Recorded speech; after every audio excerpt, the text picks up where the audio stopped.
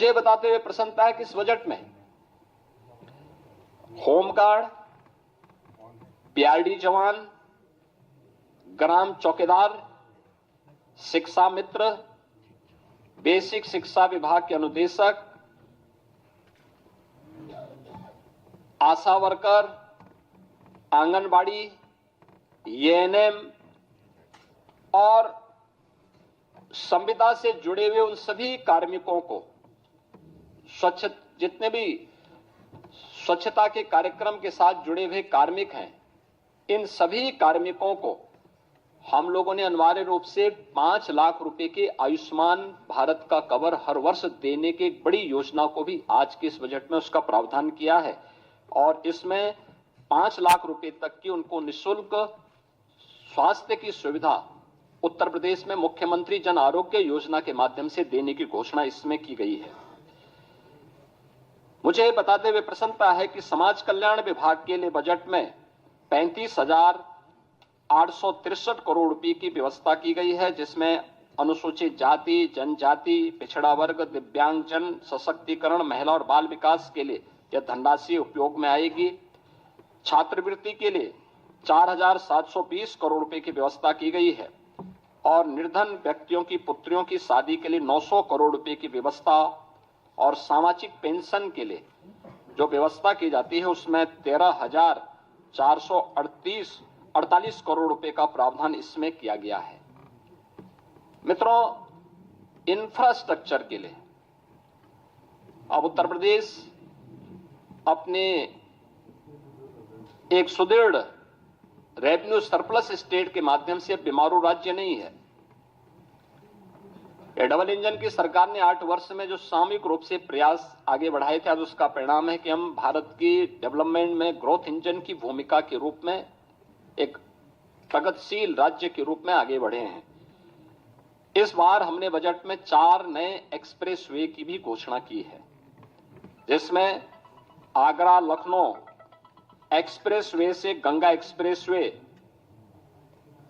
से Agra Lucknow express way तक यानी बाया हरदोई फर्रुखाबाद तक,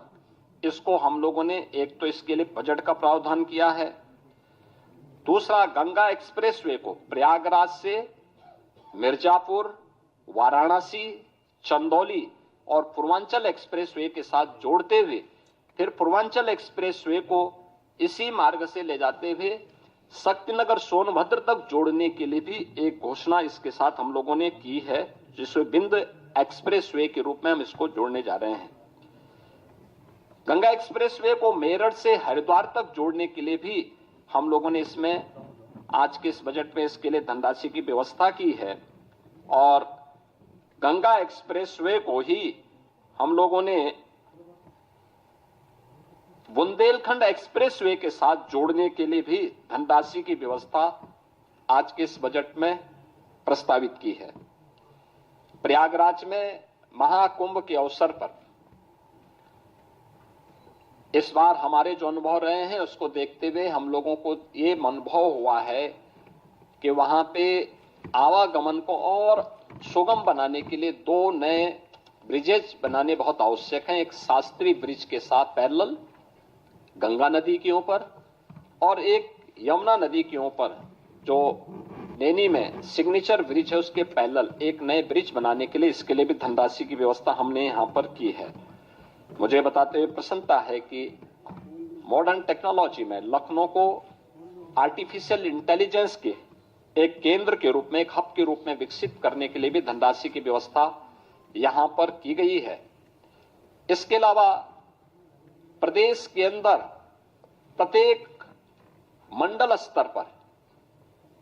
प्रदेश सरकार ने एक कन्वेंशन सेंटर जो भी हमारे बनेंगे, जिसमें बड़े पैमाने पर हम लोग वहां के सार्वजनिक कार्यक्रमों को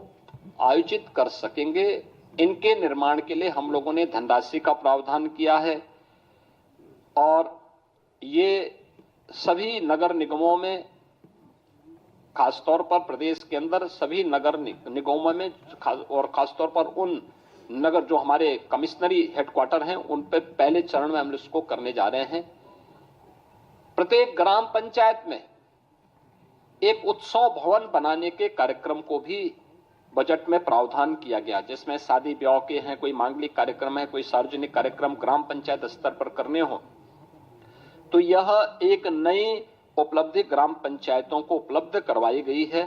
और यह कार्यक्रम भी हम उसको आगे बढ़ाने के लिए, इस कार्यक्रम को भी हम उसके साथ जोड़ने जा रहे हैं। इससे रोजगार का भी सृजन होगा और ग्राम पंचायत को, उसी ग्राम पंचायत में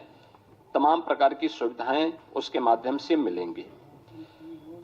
मुझे बताते हुए प्रसन्नता है कि डबल इंजन सरकार के द्वारा प्रधानमंत्री मोदी जी के नेतृत्व में पिछले 8 वर्ष के अंदर प्रदेश के अंदर उठाए गए कदमों का परिणाम है कि उत्तर प्रदेश में 6 करोड़ लोगों को गरीबी रेखा से ऊपर उठ करके एक सामान्य जीवन यापन करने का एक सुगम मार्ग इस डबल इंजन सरकार ने प्रशस्त किया है।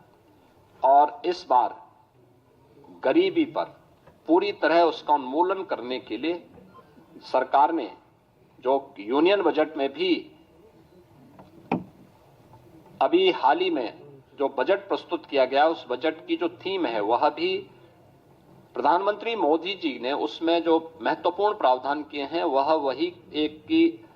$5 ट्रिलियन की इकोनॉमी बनने के लिए भारत के लिए आवश्यक है कि वह